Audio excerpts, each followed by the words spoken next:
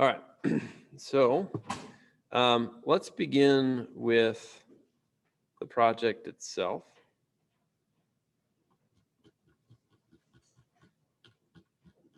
And taking a look at the project itself. Okay.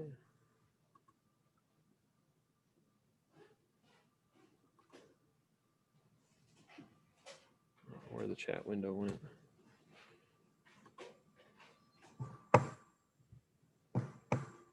All right, you guys are just trying to figure out the code. Okay, so if I look at there's 5 problems here. The first problem has 2 different circuits. So I guess it's almost like I gave you 6 problems, but there's 2 different circuits that are there.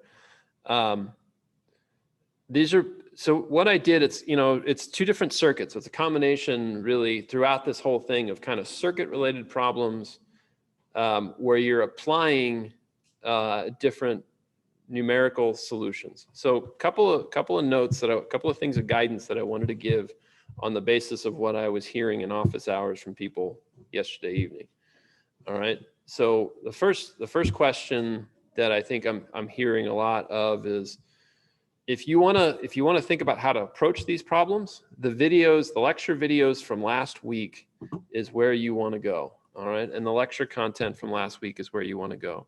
So if I go to the home page here, in the lecture module, all right, so I've got stuff from I guess it was Tuesday last week. I didn't actually post Thursday's lecture. I was going to edit that one down. That was on second order differential equations.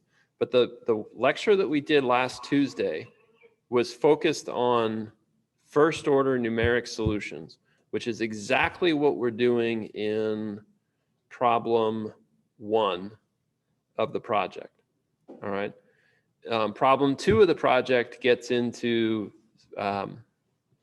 second order numeric solutions. Okay. But with the material that's here in this lecture, you should be able to get through problem 1.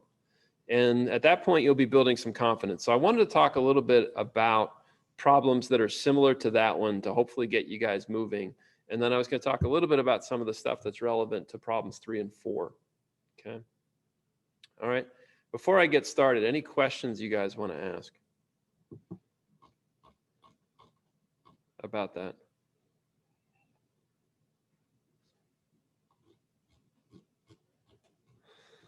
All right. You don't know what to ask. Unfortunately, that's let me. All right, I'm going to pull up on the project again. Again, I got a similar problem I want to look at, but in this particular problem, I wanted to explain what I've got here. So what I've got is a circuit with a voltage source that has an amplitude of 480 times square root of 2. All right, I don't know what this angle phi is. All right, I've said it's a variable. Okay, and what I've got is a circuit, and I'm saying at time t equal to 0, I'm closing the switch. Okay. And I'm saying that what this is a very common problem in a power system perspective. What I'm saying is this switch closing is emulating a tree falling, let's say, and that tree falling is creating a short circuit. Okay, so the current that I'm going to get after t equal to 0, the steady state current after t equal to 0 is going to be enormous. Okay, and depending on what phi is, the current may not just be AC. It may have a really big transient response. Okay. Now, what I wanted to talk about here a little bit, and what I ask in part A, is I'm basically trying to align this a little bit with what you're learning in 2112 or what you've already learned in 2112, which is impedance and phasor analysis, which is really no different than differential equations, except that we're only worried about the steady state solution when we do that. Okay. All right. So what I wanted to do, so there's basically a couple of questions in here that it asks you. So what I did was I created an example problem. Let me go to that. All right, I created an example problem, and I'll post this with the video. Basically where I have this, okay. My computer's getting super slow here. All right. There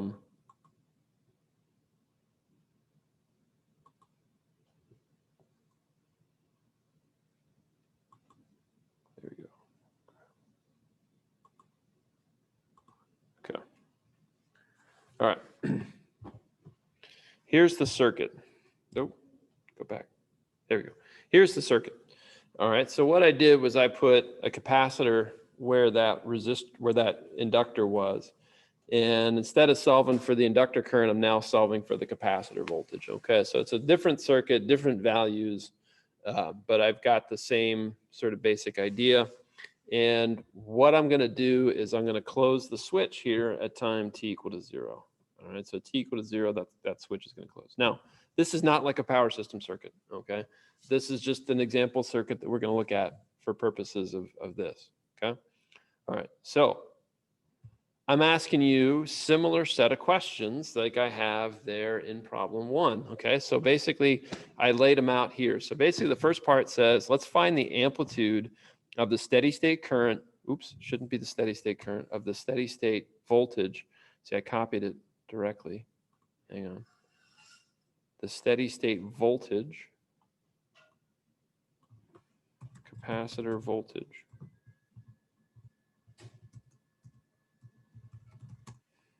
Once the switch closes. All right. So what we're doing here is I'm basically trying to make an analog to the problem I have in the project. All right. So sorry, this is super slow when it does this.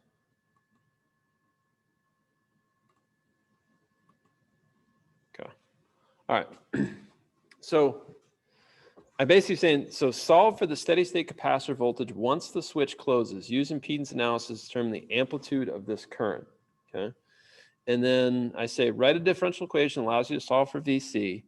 Then this next part says, think carefully about the solution to choose your time step. And then write a script that solves for VC of t after t equal to 0, all right? And I say, assume that VC of 0 equals 0. If you look at problem 1, the text of this looks almost exactly the same, all right? And I don't want to go back. I'm going to say this is, I want to solve for VC of 0 equal to 0. All right, so let's tackle this problem. All right, so it says there, find the amplitude of the steady state capacitor voltage once the switch closes. Okay, all right, so how do I approach that problem? And I say that I want to use phasor/impedance analysis. Don't waste time solving the complete differential equation. Now we can do both, all right? But one thing I want to make clear of, at no point in this, and this is what I want to be clear of, is at no point in this problem do I ever ask you to solve a differential equation. Never. All right, I say write a Matlab script that figures out what V sub c of t is, but you're not solving the differential equation. You're not guessing a e to the negative t. You're not doing that, right? You're basically solving this thing numerically, which is what real engineers do all the time. They've got a program that does that kind of solution for them. We're learning about how that program works, and it's a useful thing to understand. All right, so I'm blathering and I'm saying too much, but let's think about what to do here on this problem. So I want to figure out what the amplitude of the voltage is going to be in steady state after the switch closes. So once the switch closes, I guess I can modify this circuit and say that I have a short circuit right there. Okay, so how do I do that? How do I figure out, how do I use impedance analysis to figure out what that's going to be? First of all, let me ask you this. In steady state, what is V sub c of t going to look like? What is V sub c steady state of t? It's going to just be that magnitude of that voltage source, right? No. I was thinking it'd be like an open circuit at the voltage at the capacitor. So when does that apply? The circuit Steady state. In steady state under what type of source? A DC source. DC, yeah. Yeah, if I had a DC source, that would be the case, right? It would become an open circuit, right? If I have an AC source, that's not quite the case. So what you're doing with Yahoo and what we've been doing here with differential equations is the exact same thing. So let me approach the problem this way. Rather than saying let's do impedance analysis, okay? Let me just say this. Give me the differential equation for V sub C of t. How would I do that?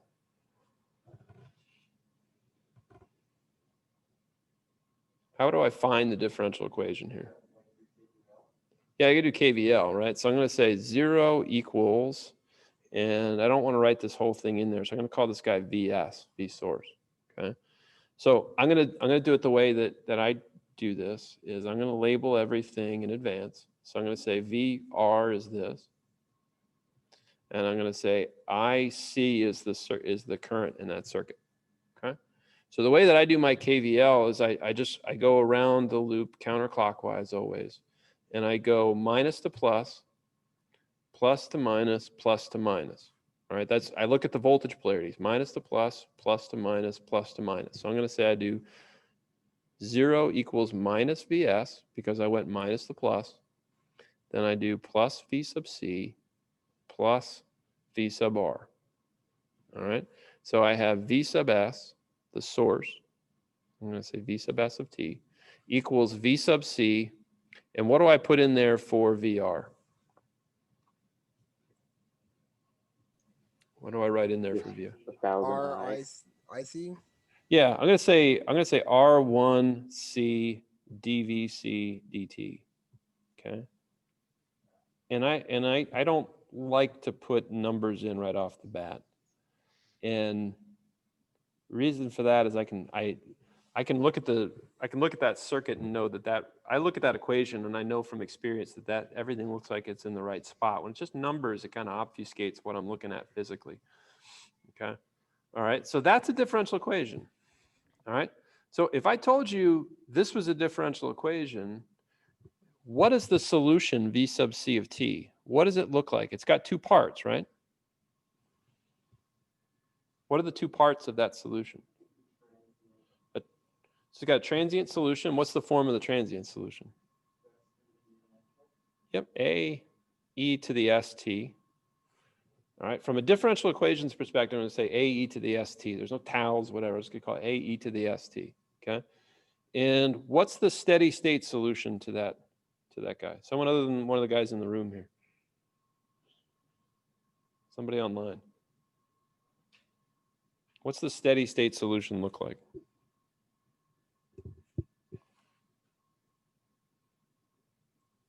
I know you guys. The capacitor is going to take the voltage of the source.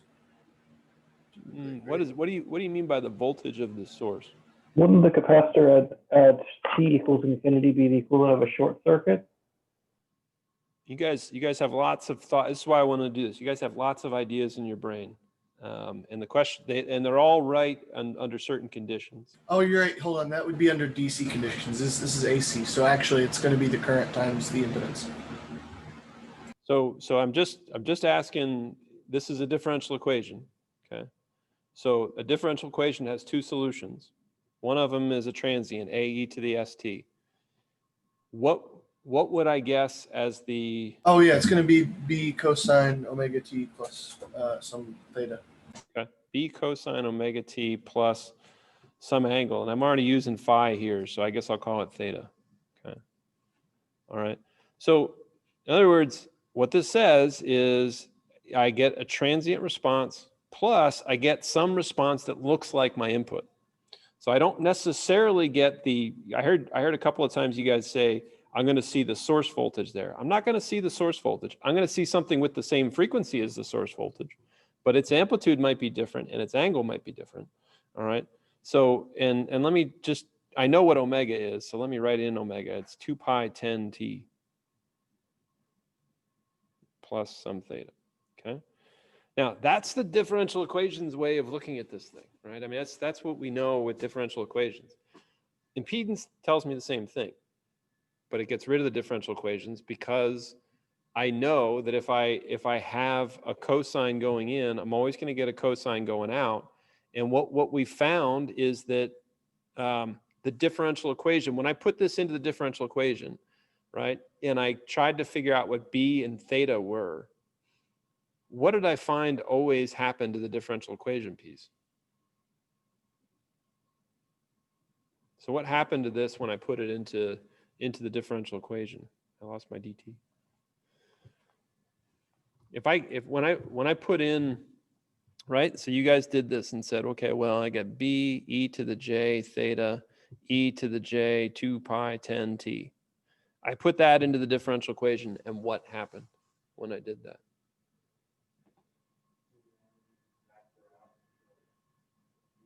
The e to the j 2 pi factored out, right? Yeah, e to the j 2 pi 10 t factored out, and the derivative went away too, right? And the derivative gave me a j omega multiplier or a j times 2 pi 10 multiplier that came in. All right, so I could solve this differential equation and figure out what b and theta are by plugging this into the differential equation and solving for b and theta, okay? That's perfectly fine. What you're learning in 2112 is that if this differential equation is going to go away under the constraint that I'm looking at a steady state solution and I've got a sinusoidal input, under that constraint, the differential equation goes away. And so what we do is we just make use of the fact that there's an algebra way of representing that. And we say, well, then instead of writing a capacitor and saying IC equals C dVc dt, what I know is going to happen is that I'm going to get some phasor that has that relationship, all right? Or in the case of an inductor, I would have that V equals L dIL by dt. So I would get some relationship that looks like this, J omega L IL. All right, so it relates the phasor current and the phasor voltage. Basically, Yahoo is extrapolating from what happens in a differential equation under this constraint to utilize this approach instead. All right, and it allows us to go back to the Ohm's law that you learned and hopefully are comfortable with from circuits 1. All right, so if I say that, I could solve for b and theta by plopping in b cosine omega 10t plus phi into this and solving. Or I could plop in b e to the j theta e to the j omega t and solving. Or I could move to this impedance model and I could do it that way. Okay, so I want to do it that way. I want to do the impedance approach.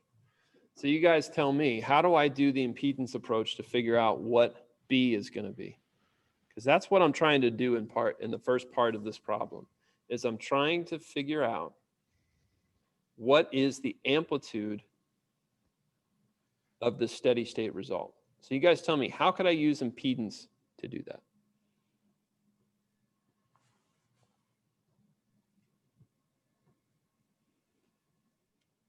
Does anybody have any ideas where to start? Using impedance, we could say that the the current phasor times the impedance of the capacitor would give you the capacitor voltage.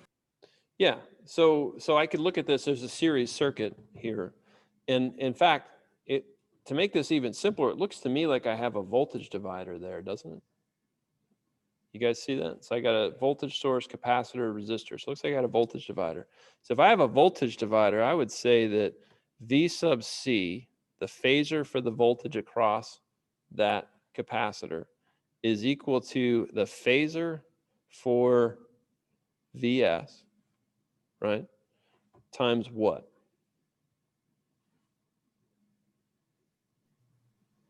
Times R1 divided by the total impedance. You had 50-50 shot. It would be the impedance of the capacitor over the impedance of the capacitor plus R1.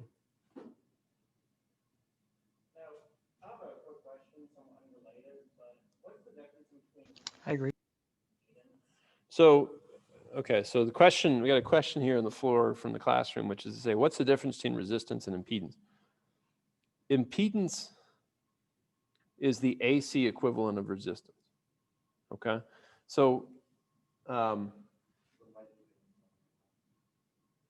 I don't know, that looks like the bulb. That's weird. Hey, yeah, I'm just looking at the screen in the room here. It looks strange.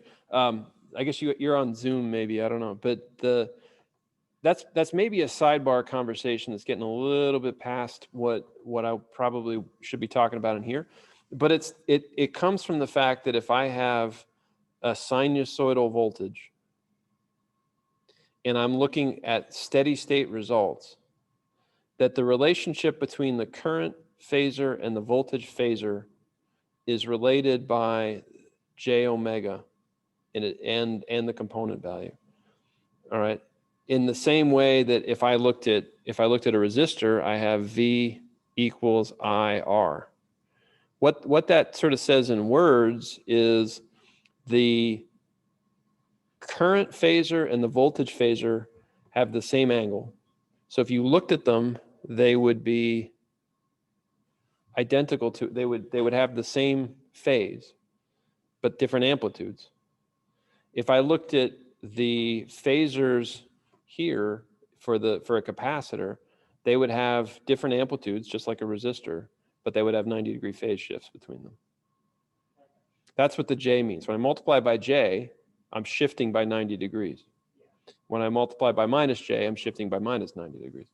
All right, so I don't want to get too lost in that, but basically these results, the impedance comes from the fact that if I guess a steady state solution that's a cosine, that I basically can represent everything by phase shifts and amplitude changes. And I've gone basically to a complex algebra equation. All right, I don't want to say too much more about that. I probably already said too much and I'm losing the audience a little bit, but I'm happy to talk about that one a little bit more.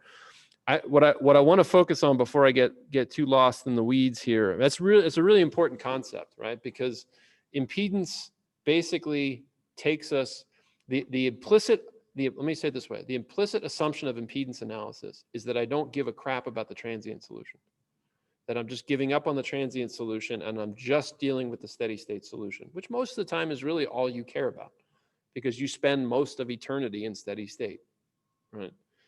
All right, so that's why we do it. And because we give up on that and we say, I don't really care about the transient, it allows me to write algebra as opposed to calculus. And it makes life a lot easier.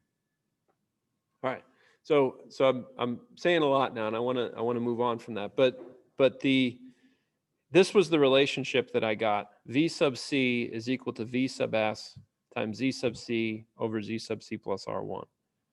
All right, before I use that, let me ask, are there questions about that? Where I got that from? Now's your chance to ask. Yeah.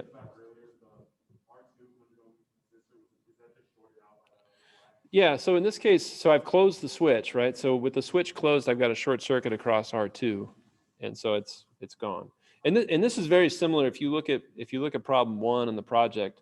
Problem 1 looks exactly like this, except I have a capacitor instead of an inductor. Okay. All right, now, how do I use this to figure out the amplitude of V sub C? That's what I was asked for, is to figure out the amplitude of this voltage here. How do I use this relationship that we just derived? How do I use that to figure out the amplitude of V sub C?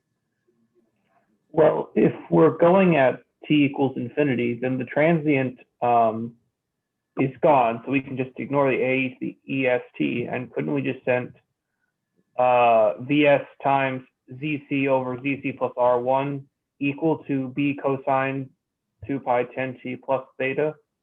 Yeah, well, yeah, so basically V sub C equal to V sub S times that relationship. Whatever the magnitude of V sub C is the amplitude of the steady state, right? And so in this case, I just say, all right, so tell me, if this is my V of S, this is my voltage source, what's the phasor for that voltage source? 4 at negative phi. 4 with an angle of negative phi. Okay. And Z sub C over Z sub C plus R1. So you guys, what is the impedance of a capacitor? 1 over JC omega. Yeah, 1 over J omega C. So if I simplify this whole thing down, eventually you're going to find that it becomes this. All right. if I simplify my algebra. So if I put in, it would be 1 over j omega c over 1 plus j omega c plus R1, right? If I do my algebra nicely, I'm going to end up with that thing. Okay. All right.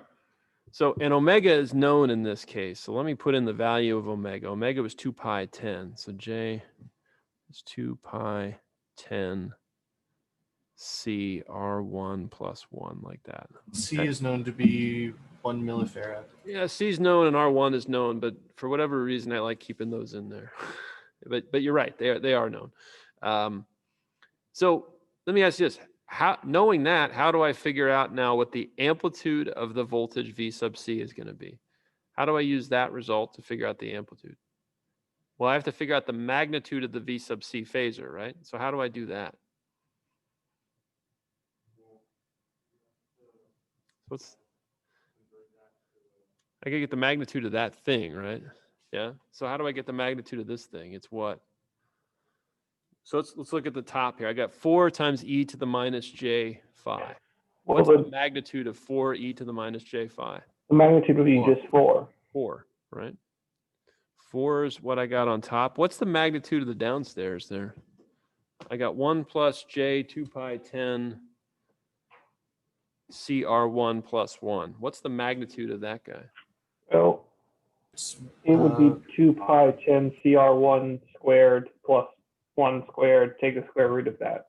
Yep, that's exactly right. 1 plus 2 pi 10 CR1 squared, like that. That is the magnitude. Okay. All right, so I would plug in those numbers and I would get that answer. Okay. So in this case, that's a pretty straightforward thing to do. All right, I'm not going to solve for it here. I think you guys should be able to do that. Now, I didn't, if you look at the question I asked, I woke up the projector. Okay, so I say, find the amplitude of the steady state capacitor voltage. I didn't ask anything about what the phase was, right? I just asked for the amplitude. All right, so in this case, I'm done. All right, so now, part B of that problem. Write a differential equation that allows you to solve for V sub C of t after t equal to 0. At no point does it tell you to solve it, okay? Just tells me, write a differential equation that allows you to solve for V sub C after t equal to 0. We already did that.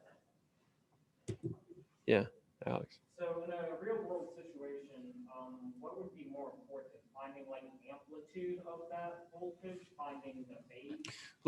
Yeah, that's a great question. Let me get back to that question. He's asking what's more important, the amplitude of the phase, and most of the time it's the amplitude. Okay, most of the time it's the amplitude. But there's a point that I'm trying to make in this problem about the phase, and the importance that the phase can have from time to time. Okay, but I'll get back to your point. So for part B, what I ask you to do is to write the differential equation that allows us to solve. We already did that, right? We've got the differential equation. Doesn't ask you to solve it. Don't need a solution for it, right? Ask me to write it. Now in a report, what I would like for you to do is to describe how you got that. So like there needs to be a sentence or two that describes how you did the analysis, right? It shouldn't look as crappy as what I just wrote on the screen right there, right? There should be some words that go with it, okay? I'd be happy to provide maybe a simple example, a little write-up for what I would have done maybe for this problem, so you can see what kind of words I'd like to see, okay? All right. That's part B. Questions up to this point?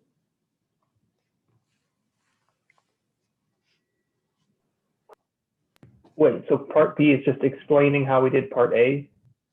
No, part B is writing a differential equation and tell me how you got the differential equation. Part A is figuring out the amplitude of the voltage, right? Which we did here, which I say to use impedance analysis, which is what I did in this little box down here. Does that make sense? Yes. Okay. Part B is to derive the differential equation, which is we did up here, we did a KVL, and we got to our differential equation from KVL. Okay. Other questions?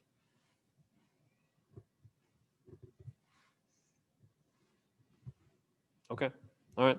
So part C basically is the hard part here. It says, think carefully about the steady state and transient solution to your differential equation to determine an appropriate time step that will allow you to see the complete transient and several periods of the current. Explain your choice, okay? So what I'm asking you to do, and this is the important thing, what I'm asking, and maybe it's not, what's not clear maybe to you is in each of the problems that I'm giving you, there's a little bit of, you know, sort of analysis that you're doing. Like part A, you're doing some analysis by hand and you're solving, you know, doing impedance analysis. But all of these problems, all 6 of the problems, or all 5 of the problems on the project involve numeric solutions of something, okay? And so you're not ever asked to solve a differential equation by hand. You could, if that's gonna make you feel better, right? Rather than kind of futzing around trying to do it a couple of different ways or whatever, just do it if that's gonna make you more comfortable, right? But then, you know, every one of them is going to involve writing a Matlab script that solves for this stuff, right? So I should have, see, I copied and pasted right from the project to get this. Write a Matlab script that solves for the voltage V sub C of t after t equal to 0. Okay? Now, in this case, the problem that you have when I go to solve this is it's very hard for me to figure out an initial condition here because of the fact that I don't know what phi is. All right. I don't know what phi is. So I just tell you, you know what, forget about it. Just assume that V sub C is equal to, V sub C of 0 is equal to 0. Just make that assumption, it's fine. We'll go back and fix it. All right. That way we can at least get our code written and we can move on. All right. So I want to do part C here. Think carefully about the steady state and transient solution to your differential equation to determine an appropriate time step that allow you to see the complete transient in several periods. All right, so I'm going to quickly go back to, again, to try to help you guys with this. If you go to the home page, on the home page, last week's lectures deal with this. Oh, there we go. Last week's lectures deal with this. So if I there's 2 videos here. All right. And those videos go through an example very similar to this one. Okay. And in the notes here, we talked about how to take a differential equation just like the one we have, right? And discretize it. In other words, turn it into an algebra equation where I could solve for the output at the next time step based on knowing the output at the current time step. All right. And we basically came up with this expression. And I gave you some code that did this. And what we talked about last time is not just the code, but how do I decide the time step delta t? Okay. And there's information in the notes that talk about that. Okay. All right. So what I want to do is basically apply that same approach. So just one thing to note, right? The code that you need to solve problem 1 is right here. You actually don't even really need to write any code, right? It's actually right there. All right, this is it right here. It's this approach and it's this code, but I'm gonna need to change some values, right? For sure, right? I'm gonna need to think about my time step in particular, but the code is actually kind of right there. All right, so it's actually not that hard to figure out. I think the details of this problem are really where people get lost. All right, so I want to solve the differential equation numerically. And the differential equation I had was V sub C of t equals, or sorry, V sub S of t is equal to R1C dVc dt plus V sub C. That was my differential equation. Now, we talked about this already, but let's do it again. This guy has 2 components to the solution, right? V sub C of t has a transient response and a steady state response, right? So what do they look like? What are the two components here? What's the transient response look like? Yep. That's the AE to the ST. And the steady state is just some B cosine omega t plus phi. All right, my particular solution. Okay. And I won't say phi because I've got that already used. Okay. All right. So what we talked about is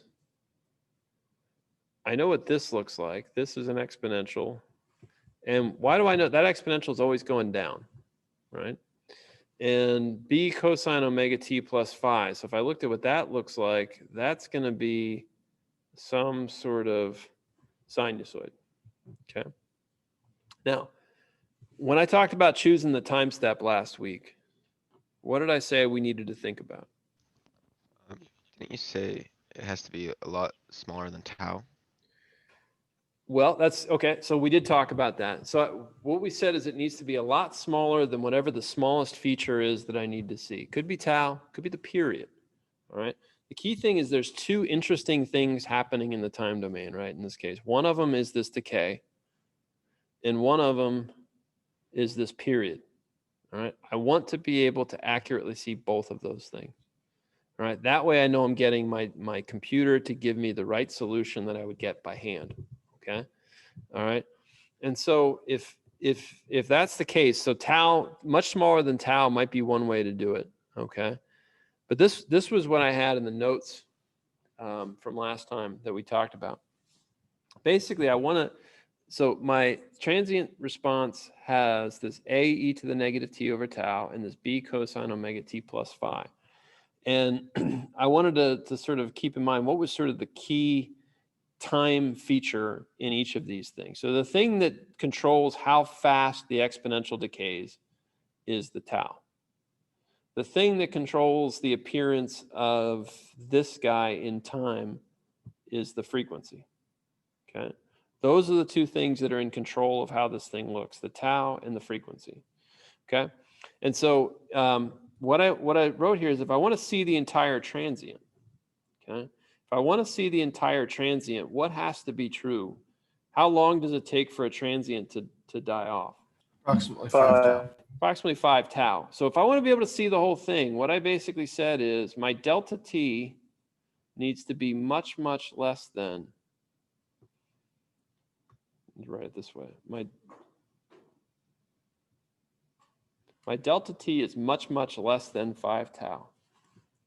All right, now that expression, much, much less than, is the kind of thing mathematicians don't like, but it's a very common, engineering expression, is I want delta t to be much, much smaller than 5 tau. All right, so there's all kinds of things that I could choose for that, but that basically means as a starting point for me, much, much less than means that delta t should be less than 5 tau over 100, meaning less than 100 times lower than that value.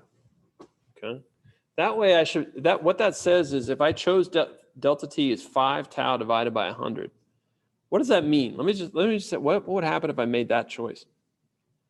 Delta t is 5 tau over 100.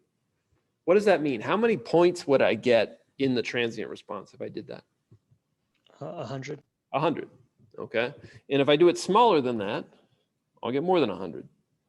But at that point, I feel comfortable. If I have at least 100, that makes me feel like I've got a lot. Okay. And I can make it smaller. But you know, that factor of 100 is probably a reasonable place to start. So that's what the transient says. Similarly, if I want to be able to see one period of this guy, I also want to have it the case that that one period should be much, much bigger than delta t, right? So, and again, that probably means that delta t should be less than a period divided by 100. And then I got basically a choice. I need to look at both of these and choose the delta t that's less than or equal to the smaller of the two choices. That way I get all of the features. Okay. All right. So we're going to apply that in this particular case. All right. So I have this problem. So I'm going to say V sub C of t is equal to A e to the negative t over R1 C plus B cosine 2 pi 10 t plus some phase shift, like that. Okay? Yeah. So We're looking at two values like 5 tau and period. yeah. Is there ever going to be a case where the period or sorry, tau, 5 tau is smaller than, because it seems like it's always wiggling as it goes down. So it could, yeah, you could get a situation where your tau is really small relative to the period. So would that just And so problem one part, the second part of problem one, the circuit I gave you there, your tau is really small. All right, so that one's where that's going to come into play. Maybe I'll talk about that one a little bit. All right, but again, bearing in mind that this one, the values here on this one are very similar to the first part of problem one. All right, I wanted to use this to get you guys started. Let's do that approach that I just talked about. Let's figure out my 5 tau. So in this case, 5 tau is what? What's my tau here in this problem? RC. RC, right? So that's, yeah, that looks like it's 1,000 times 0.001. So that's 1,000 times 0.001 is 1, right? So my 5 tau is 5. Okay, that's my 5 tau. Now, what about the period here? What's the period?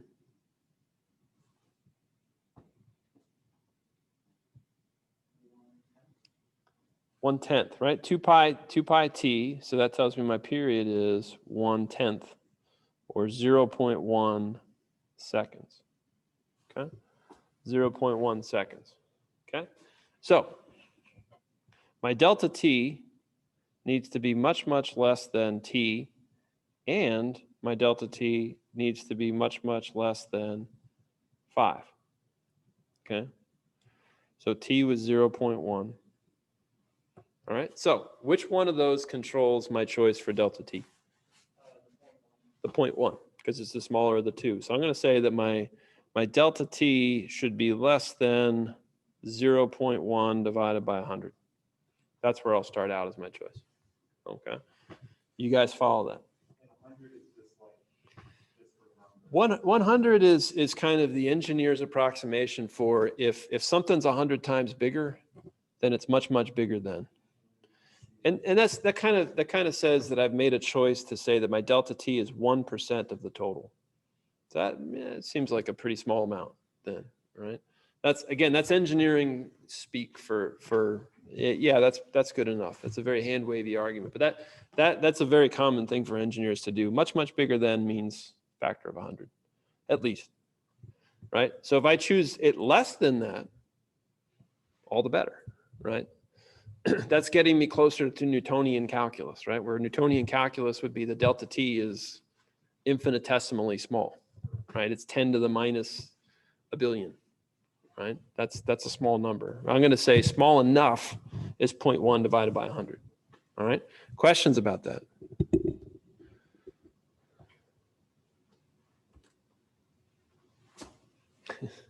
All right. I got a question. Okay. If delta t is less than 100th of the size of the smallest feature, Yeah. then could you get it so that even though it's less than 100th of the size, it doesn't quite fit into the length of the feature? Like, say if delta t was the length of, it was like the wavelength over like some odd number, like pi times 100, right? And then that would mean that delta t wouldn't properly fit into the wavelength of the actual function. And could that actually lead to any, to your example of your example a few days ago of where it looked like this function was never reaching zero because you're sampling it at the top of each peak? Could that lead to anything like that, even though it's smaller? So even though delta t is small? It can't. No, I mean, as long as I choose my delta t by the smallest of the two constraints, then I'll always get an accurate result. Okay, cool. And the reason for that, is basically calculus makes the assumption that the time step is infinitely small. All right. And when we go into a computer, it just needs to be small enough. All right. So that's the idea. Small enough is guided by making sure that I capture the thing that happens the fastest. Okay. All right. So if you have any other questions about that? I mean, that's a good question that you just asked. All right. Well, that's part C. So part C basically in problem one is just like what I did there. And part C basically says, all right, tell me your choice. Okay. And explain it. And that's, that's basically the analysis I would expect you to do. Well, you can look at that circuit. You can tell me again, what the tau is, right? You guys will be able to easily figure out what the tau is for that circuit. You'll be able to figure out what the period is. You're gonna make some argument about how you're gonna choose it. And I'll take anything as long as it's sort of appropriate relative to the constraints that we talked about. All right. If you do t divided by 1,000,000, that may be a bad choice. All right. But if it's correct, I'll take that. All right. I'm looking for that you understand the argument that's being made here. Okay. All right. So there is my code, and I want to blow that up. Oh boy. Okay. Bigger.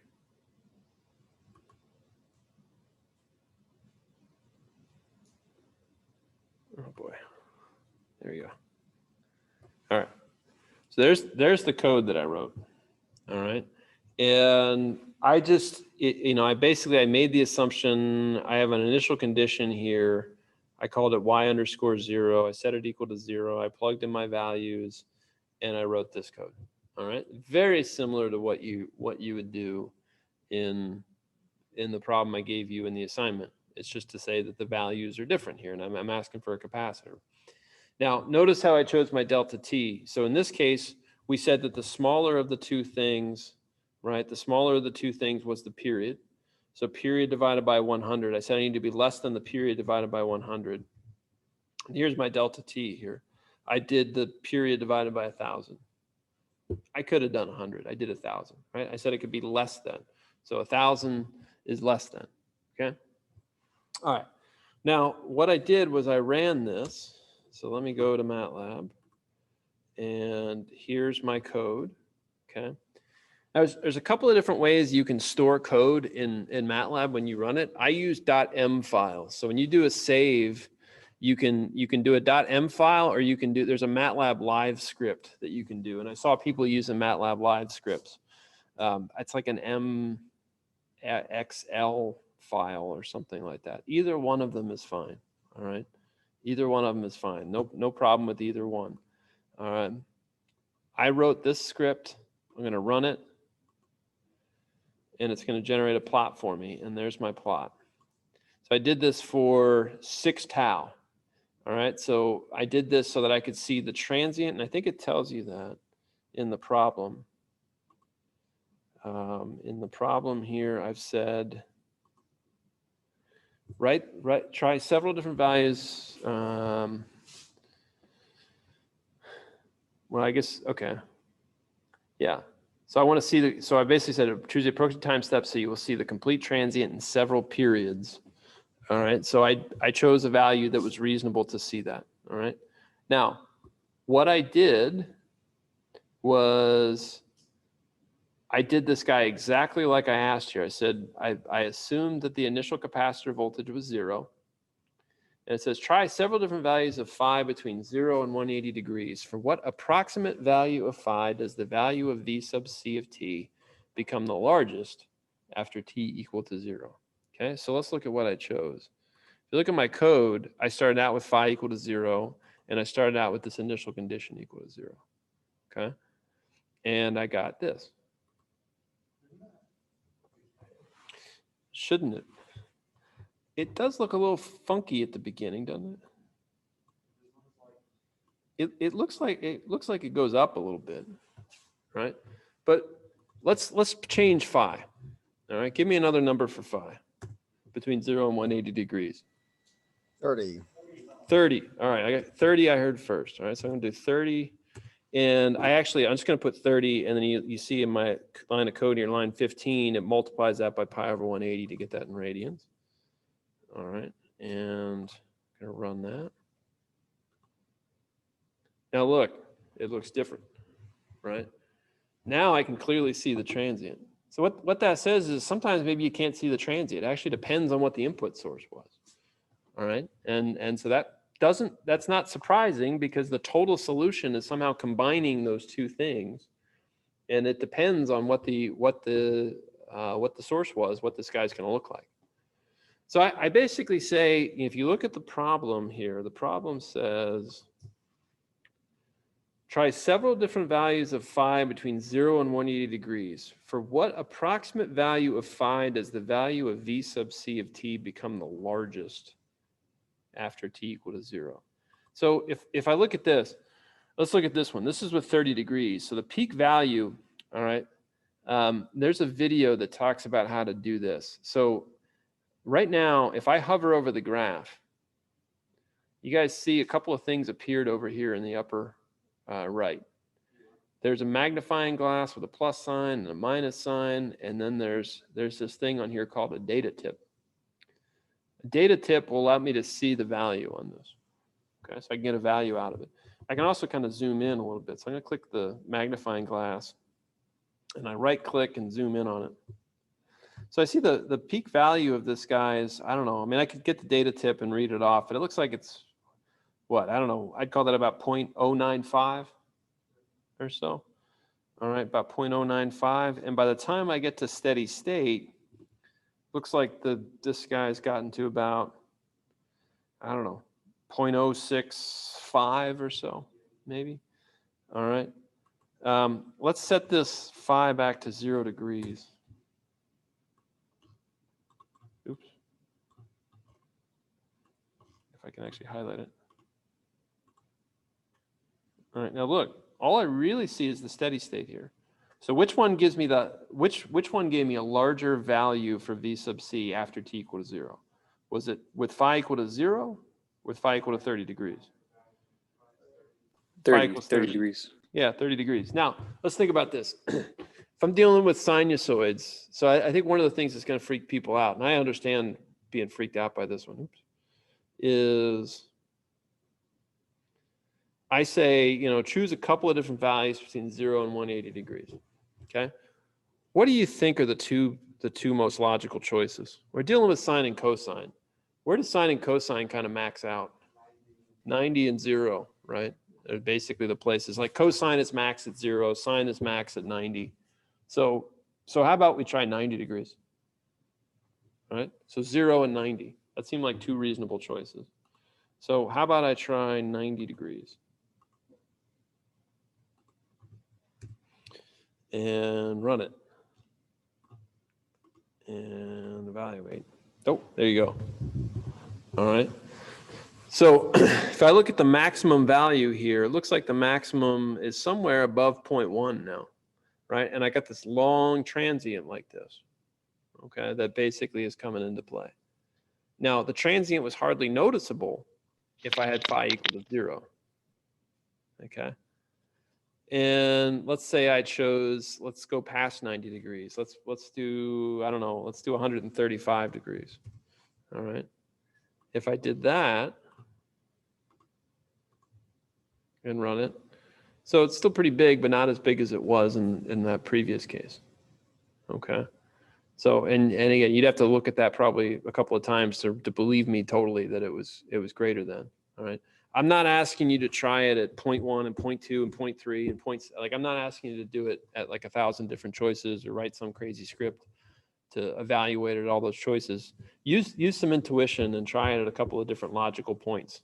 Right? Like 30, 45, 60, 90, 120, 150, right? Try those sort of logical choices that you've seen before. Okay. Questions there?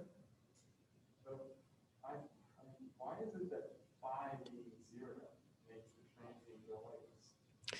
Because it changes basically the way that the system behaves, right? So it's just so if you think about it from the differential equation perspective, right? The solution to the differential equation is this guy here, right? What it's saying is if I guessed that the solution to this guy was b cosine omega t plus phi, if I were to solve this whole thing in the phasor domain, I would say I had 4e to the minus j phi equals, right, the whole b e to the j theta plugged into this equation, right? If as that phi changes, it's going to change my theta, and that's going to change what the value of this cosine is at time t equal to 0. By changing the value what that cosine is at time t equal to 0, it completely changes the way the transient response behaves. So in some cases the transient response is pretty minimal. Other cases the transient response is pretty significant.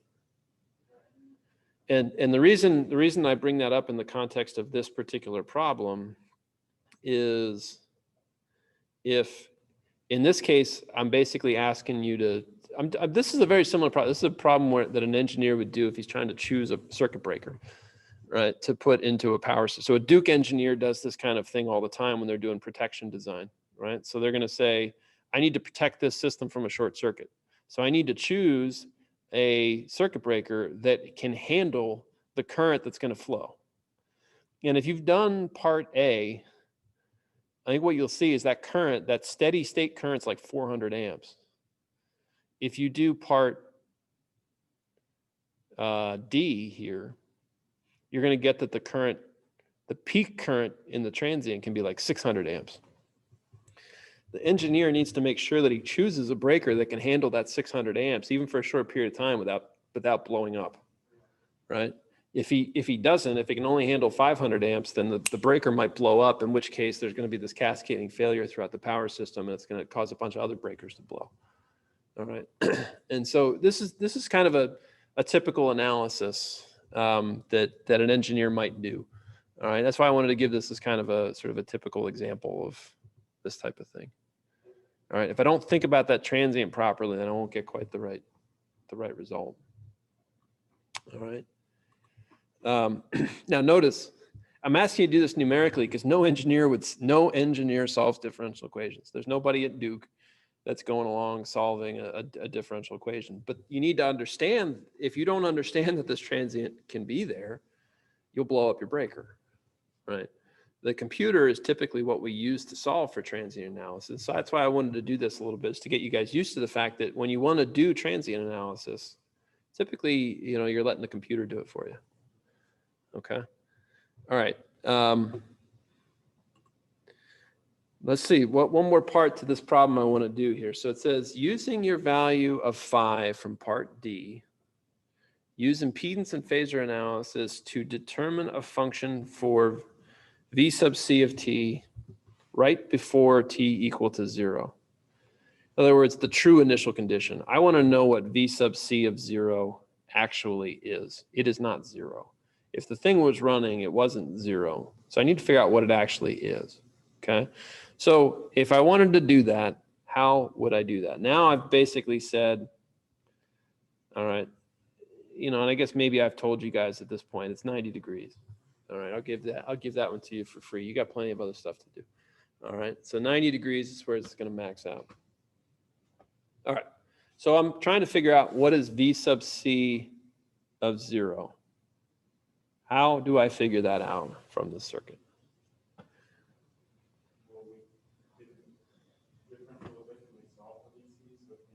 Figure out what it was before the switch closed. Figure out what it was before the switch closed, and I don't need to do a differential equation.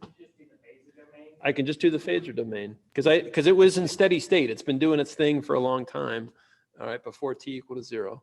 So I can just use the phasor approach. So what's the circuit I got here? It looks like a voltage divider again, doesn't it? Yep. All right, what's my voltage divider in this case? It's v sub c is the phasor for V sub S.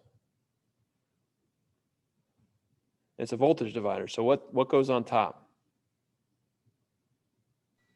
The inductance of the, or sorry, not inductance, impedance of the capacitor. Into the capacitor. So 1 over J 2 pi 10 C1 or C. Okay. And then what's on the downstairs here? The sum of all the impedances. Sum of all the impedances. All right, 2 pi 10 C plus R1 plus R2. All right. And if I do this right, once again, this guy's going to become 1 over J 2 pi 10 C times R1 plus R2 plus 1. All right, if I simplify the algebra on that, I'm going to get that. Okay. All right, what is V sub S? What do I put in for the phasor for V sub S?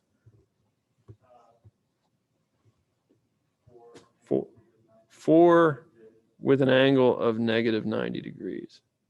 And then on the bottom over here, I have just whatever that complex number is, right? J 2 pi 10 C times R1 plus R2 plus 1.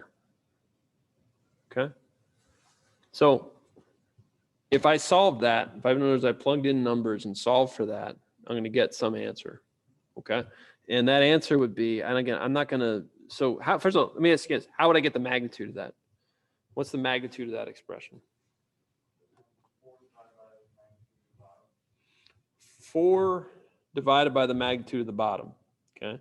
So the magnitude would be 4 divided by square root of real part squared. So 1 squared plus the imaginary part squared, right? I don't want to solve that right now. How would I get the angle? Well, the angle of V sub C would be equal to minus 90 degrees minus the angle of the denominator here.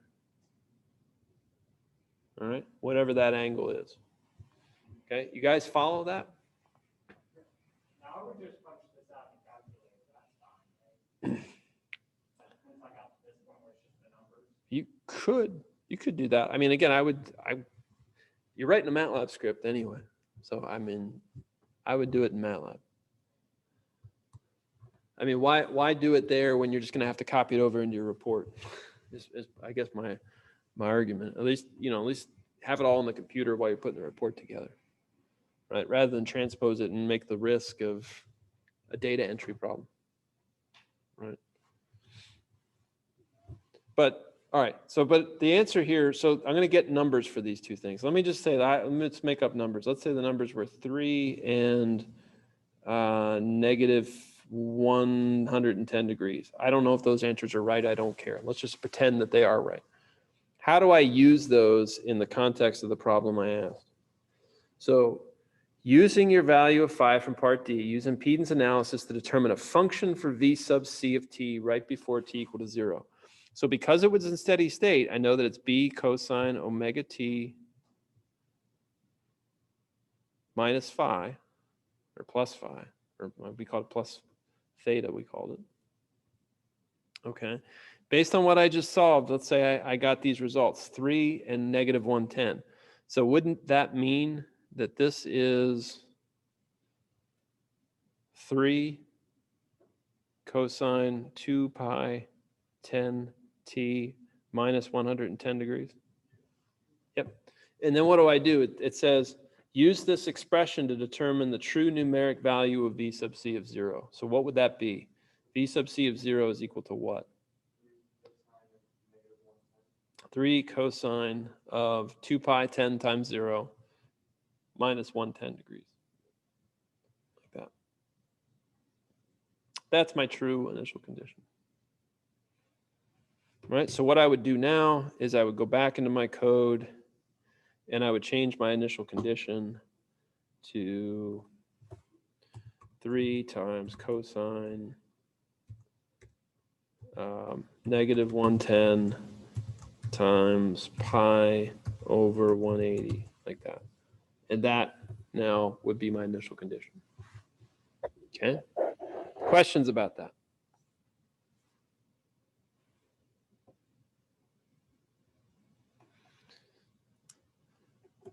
All right, so Matt and what was it? All the guys that were asking me questions last night. Daniel, does that help? You're the guys that were asking me questions Yeah. last night. Yeah, this is actually making good sense of the Yeah, first problem. the more you like tell us about it, the more disappointed I become in myself. But yeah, it's helping. Yeah. So more disciplined you become? Disappointed. Disappointed you become in yourself. Oh my gosh. Okay. Yeah, don't be disappointed in yourself. I'm very happy with It's you too guys and late. how you did on exam 1. So when you see them, you may not be personally happy with yourself or whatever, but as a collective, pretty good overall. So be happy. All right. If you haven't looked at the project, everything I just talked about probably means nothing to you. And that's okay. But my suggestion is get your butt in gear and start doing it. You have a week and a day. All right. And so this is problem 1. All right. So that code took probably 5 minutes to write at most, right? But it's the first time you're doing it, right? So I know it's not going to take you 5 minutes, right? But there's examples here to do that. All right. I wanted to talk also a little bit, and I'll talk about the project again. I might end up having effectively, I don't know how I'm going to do this, but I might effectively have office hours instead of class on Tuesday next week. I don't know how I'm going to do that, but what I might do is study rooms in Discord and tell you guys to go into study rooms in groups, and maybe I'll just kind of pop from study room to study room. All right, I need to think about that. I'll make an announcement about what I'm thinking, but I don't want to talk new stuff right now. I want you guys to be focused on doing the project. All right. So we'll probably do something like that. I will have additional office hours next week because I know you guys are going to have more questions as we go through this. Okay. I did want to talk a little bit here in the last couple of minutes about problem 3 and problem 4. All right. Problem 3. If you look at problem 3 and problem 4, problem 3 and problem 4 are communications related problems. And so what I did is I gave you an amplitude modulation problem. So I gave you a signal that had been received by a receiver. All right. Amplitude modulation, I make this is used all over the place. Right. So what it means is I take some high frequency signal, cosine 2 pi ft. So when I say it's high frequency, it means it's way higher than the audio range. Right. It could be 2 gigahertz. All right. Just to keep things manageable, I did it at 50 kilohertz. All right. Because otherwise the file I would have given you would have been just ginormous and it would have been a disaster. All right. So what I have is I multiply this waveform, cosine 2 pi ft, with an audio waveform of some sort. Okay. Now in the system, this is the system I used. So that you guys remember in the beginning, first couple of lectures, I had this little radio hooked up to my computer. So I basically made a little radio system. And so I have a wave file here. And that wave file multiplies some waveform at 50 kilohertz. And I saved it to a file. And then I basically gave it to you and said, well, this is something I could have sent over the airwaves. You guys, your job is to get the wave file back out. Okay. So the first problem to tackle is loading the data. All right. I give you basically this X of t in a file. All right. So one question I've gotten already is about how do I do that? All right. So it says right in here, it basically tells you how to open this file. If you've seen fopen, fread, those are C functions. Hopefully you've seen those in C++. Okay. Make sure that you run this from in the directory where you stored problem3.bin. If you don't, it won't work. Okay. Make sure that you do it from the same directory. Now, what it's saying here is you have to choose the value for the precision. And I'm giving you a hint. I'm telling you that the values are saved as 32-bit floating point values.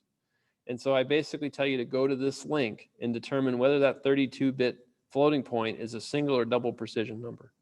All right. So you have to go and look at that and figure that out. It's not too hard. All right. But I'm asking you to just kind of think about that. All right. don't get too bogged down. If you look at problem 1 and problem 2, both of those problems are about solving differential equations. Get to the point where you're looking at a circuit and writing a differential equation. Even if you've got the wrong numbers, get your code written and just plug in numbers for what the resistors and what the voltages and what the initial conditions are. And then you can come back and figure that stuff out. Don't get bogged down in that analysis. Get to the point where you're writing the differential equations, okay, and writing the code to solve them. That's the meat of the problems.